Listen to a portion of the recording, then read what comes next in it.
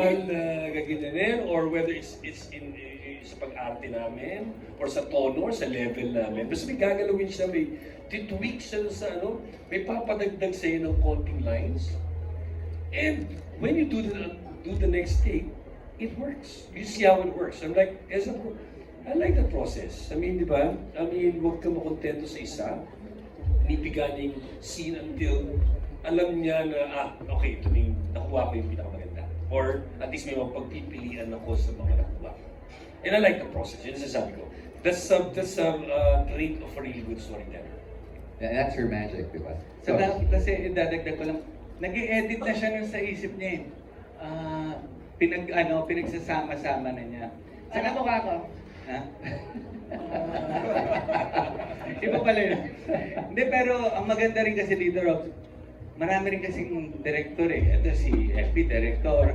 Ito si Direk Cathy, syempre, sina Direk Junlana, Direk Mike. Hindi pala, sorry. Hindi sila yan. Si Mia at si Never yan.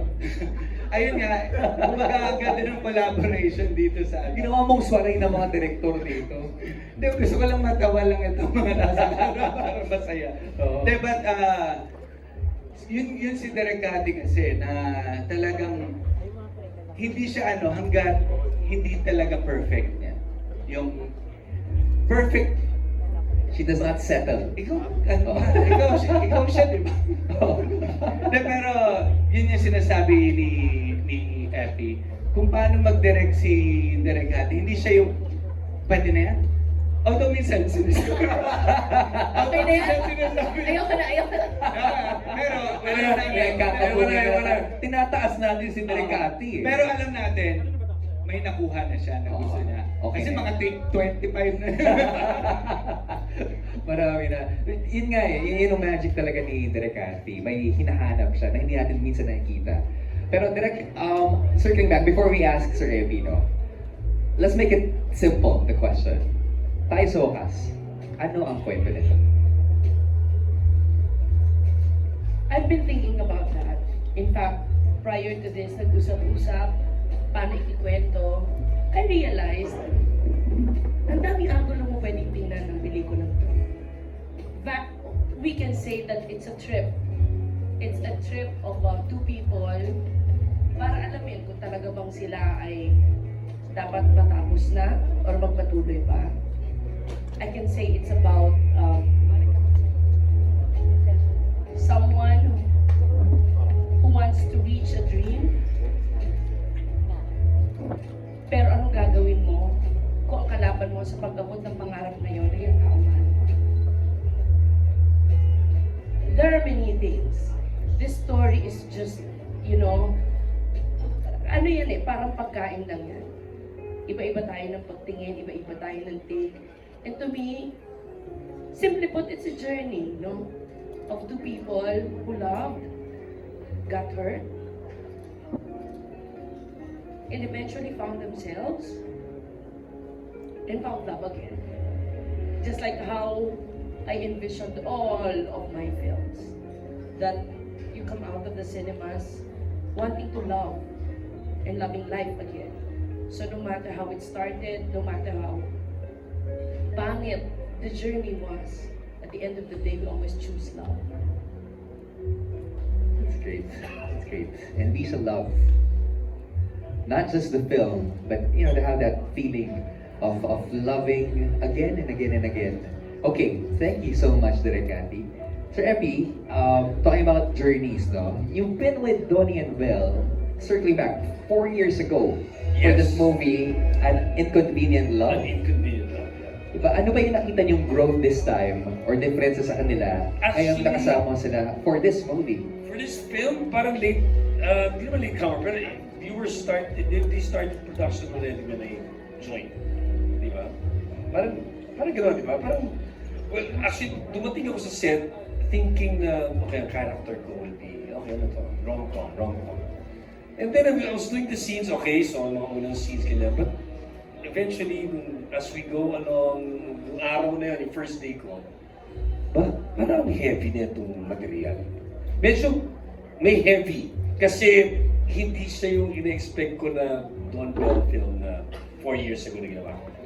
So on the side, si Belle at saka si Don, nakikita ko talagang they talk to me about their roles. Sabi ko, parang mabigat yung ano. And then eventually, na-realize ko, mabigat talaga. May lalim yung material.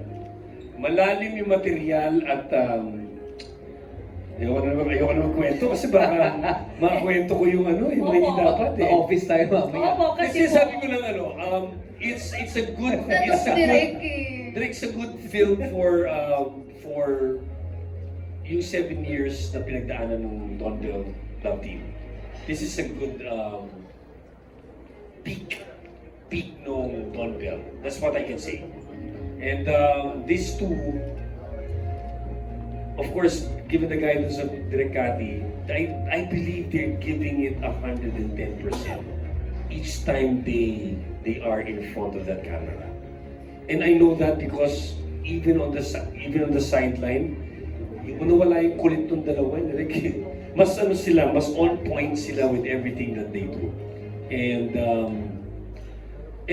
again, with Direk Cathy's process, yung squeezing them out, lalabas talaga yung peak ng Don Bell, at least yung love team na dito sa pelikula to. And for this film, no? Direk, may sinasabi ko Direk, parang kinukonto ko. Direk. Kasi po may madagdag ditong bata. Direk, nagtanong po. Ayan. Kasi, kwento mo. Nagtanong po si Sir Epi kung anong story. Siyempre ako. Wala akong hindi naman yung sinasabi ko yung mga eksena natin. And then, kung bakit nyo nga na-sense na mabigat siya. Remember, Because Tapos tumatakbo na siya sa akin. Direct na sabi ko, ba't mo sinabi? Nagtanong po. Oo! Kasi, Ang bait mo talaga. lahat po ng cast, there is something in the film that is not worth telling it to you now. That only Van, Don Bell, and I know.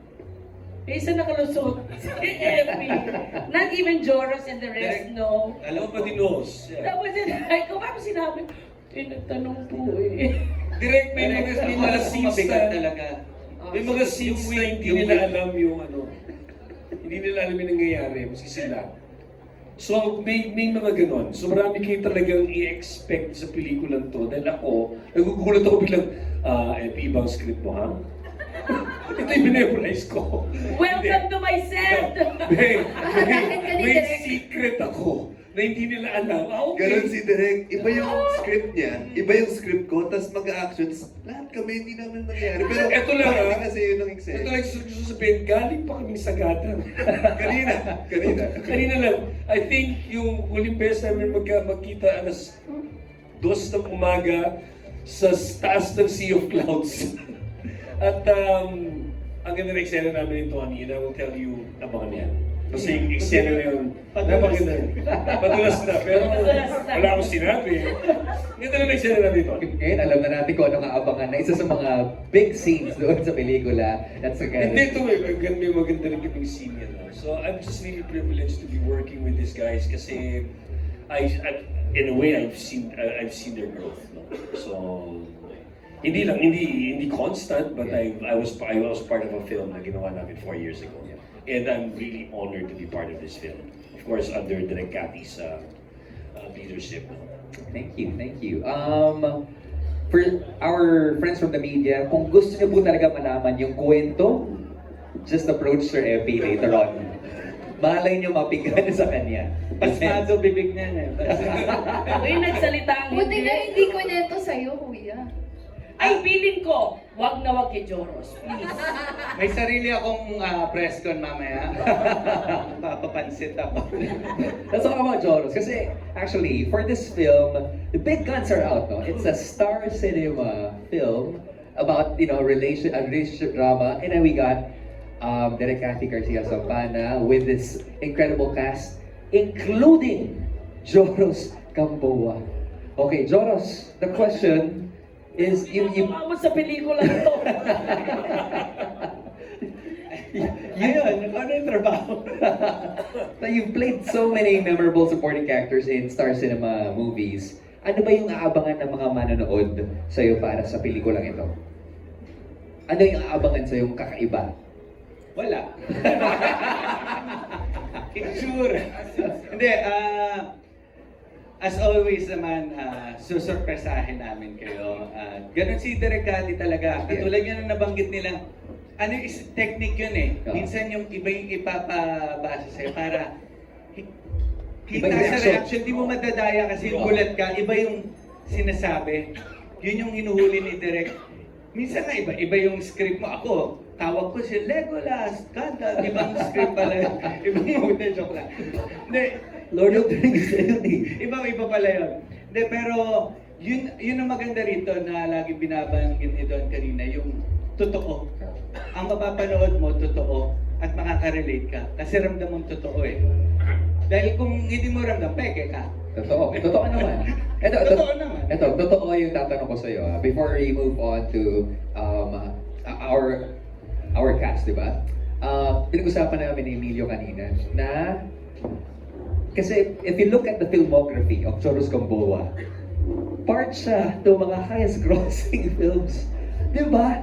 Do you feel any pressure right now? Karamihan doon si Direk Cathy yung kasama ko. So, ayun. Saka hindi ako naniniwala sa malas yun. Bless lang tayo. Bless lang ako na napapasama ko sa magagandang pelikula ng Star Cinema. And syempre, again, thank you si Direk. Hindi. Ay, hindi pala. Nalilito kasi ako. Kay Direk Cathy. Kasi ako, talagang transparent naman ako sa lahat ng kumbaga sa showbiz, pinakamalaking utang na loob ko kay Direk Cathy. Dahil talagang siya yung, she released the problem. Yan. Kumbaga, siya yung nagtiwala rin talaga sa akin for the longest time. At patuloy siyang nagtitiwala kahit nakikita niyang medyo malabo na yung mata ko. So, Pero part of the big weapons kasi, of course, si Choros. So, maganda story na Star Cinema. Of Yun course, talaga. yun talaga yung hawakan natin. Speaking of story, kasama sa story na to, we got River, Emilio, and Mia. And the question is, how will you describe your characters in this film? Can you give us a hint on the vibe or energy you'll be bringing into the story? Let's start with our lady first, Mia.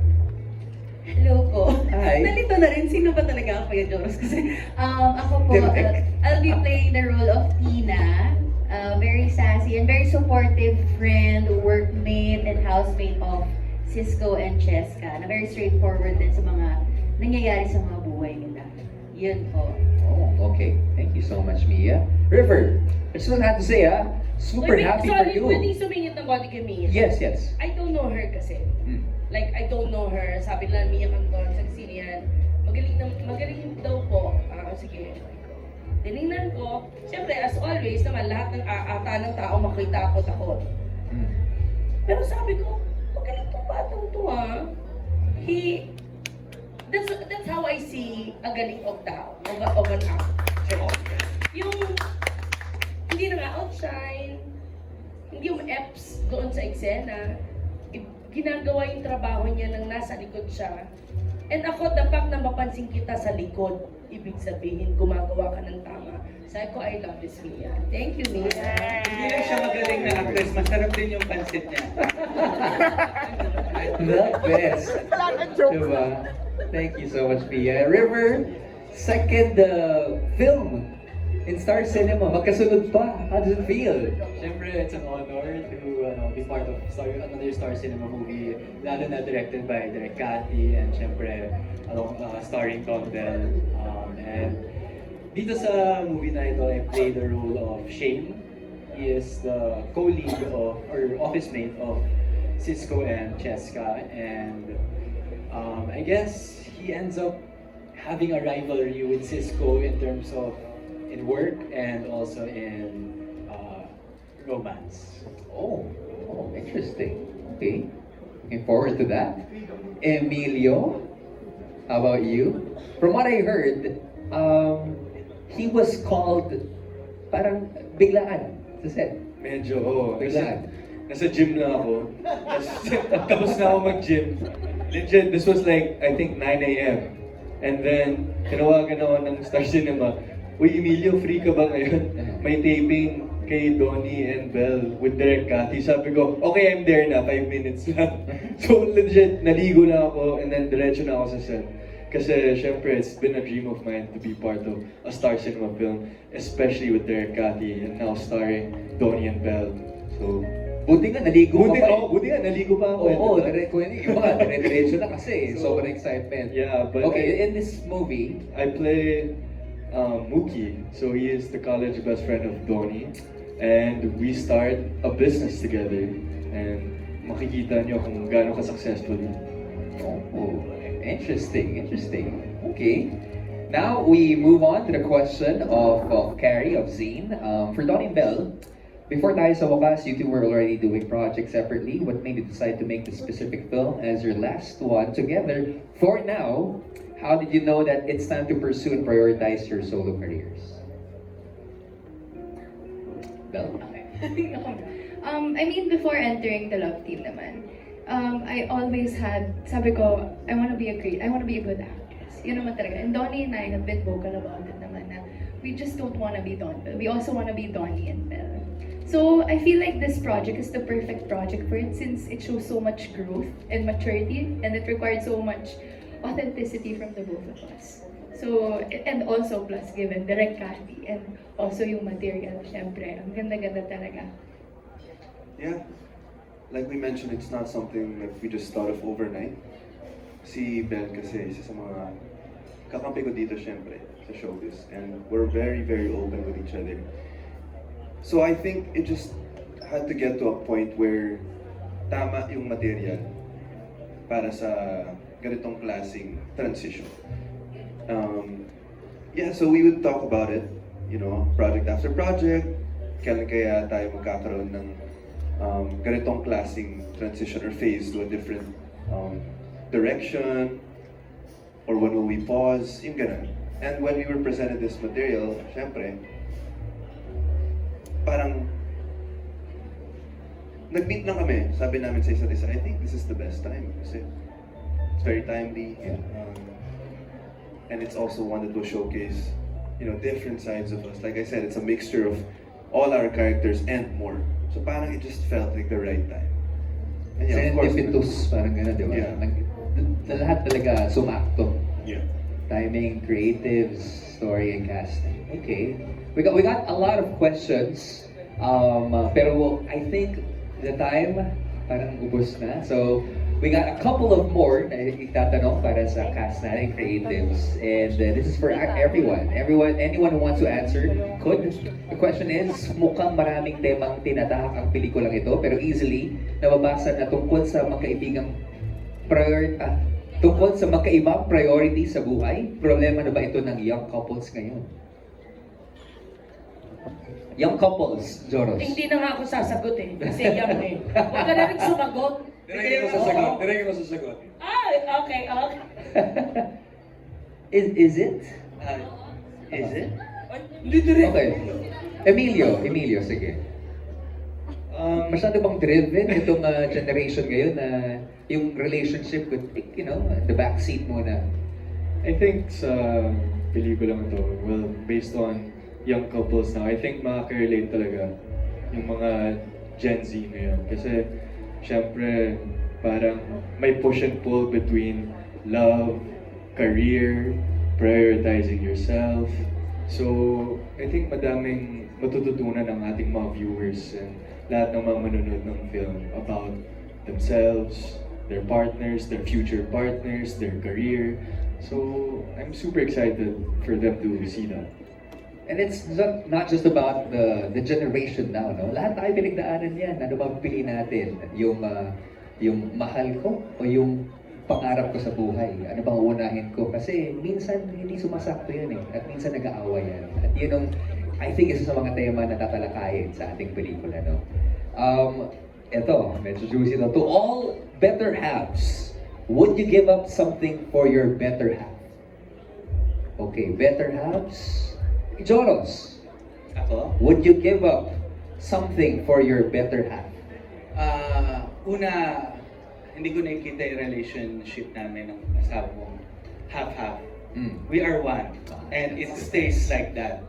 At sa akin, binigay ko na sa kanya lahat by loving my Lord Jesus Christ. Kasi sa mundong ito, yun yung problema natin eh. ano ba yung priorities in life. Like for me, it's God, my wife, my children, and then everything else. So, yun, kapag alam mo na yung dapat may prioritize sa buhay mo, everything follows.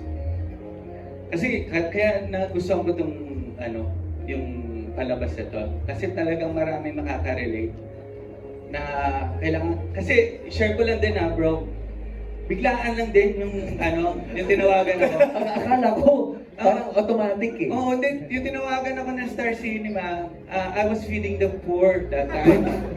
So, pinapakain ko kasi nun yung sarili ko dahil then yung tumawag ko, work, priority to.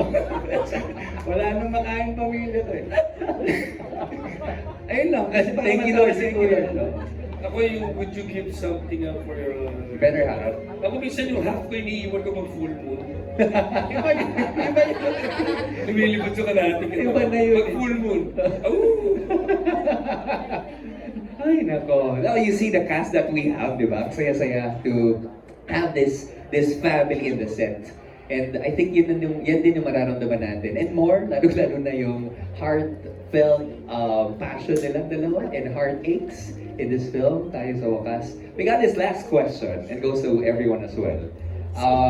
Sa mga nakakatanda ng kaunti sa ating panel, I read that verbatim, no? Okay. What would be the best advice you would give to young people about keeping relationships alive and healthy? What would be the best advice you would give to young people about relationships or keeping relationships alive and healthy?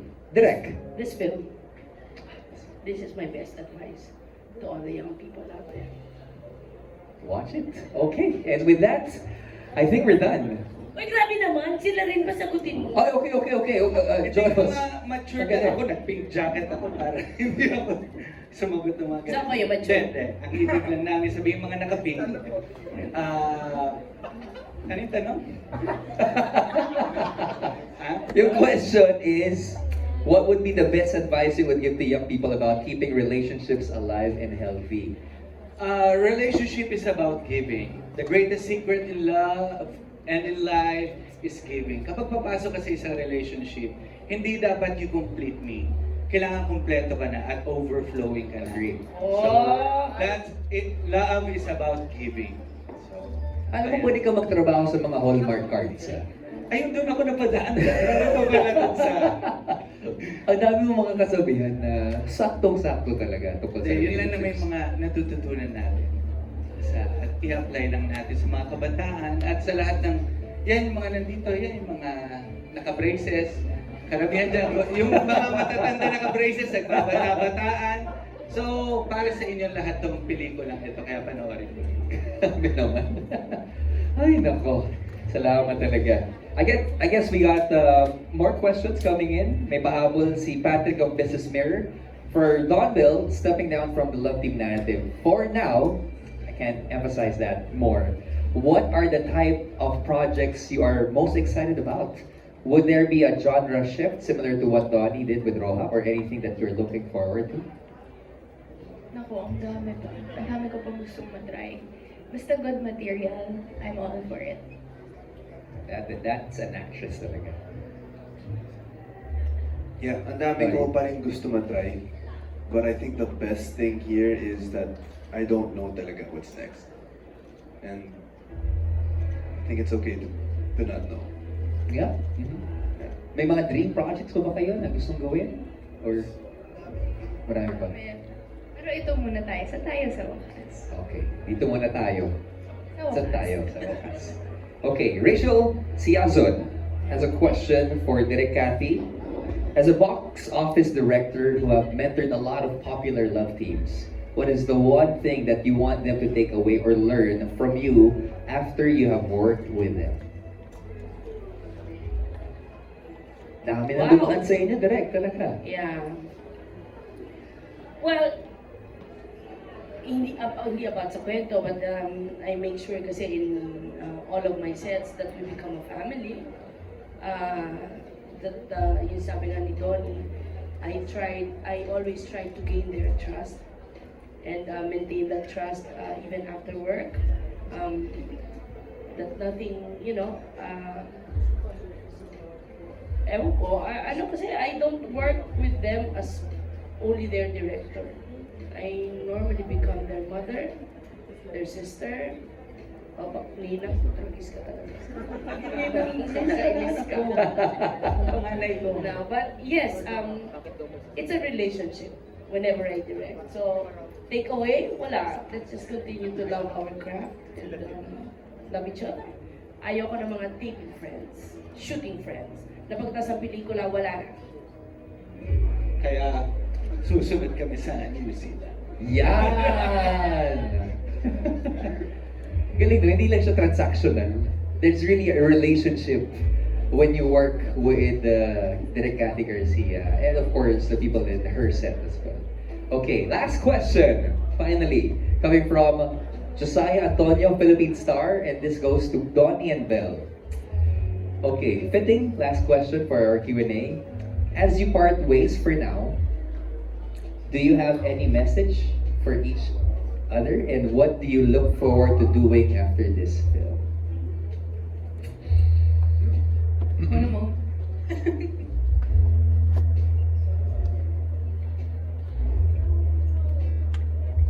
Well, I know that we may not be working with each other in the near future, but I'll always be here. And sobrang proud na ako sa'yo.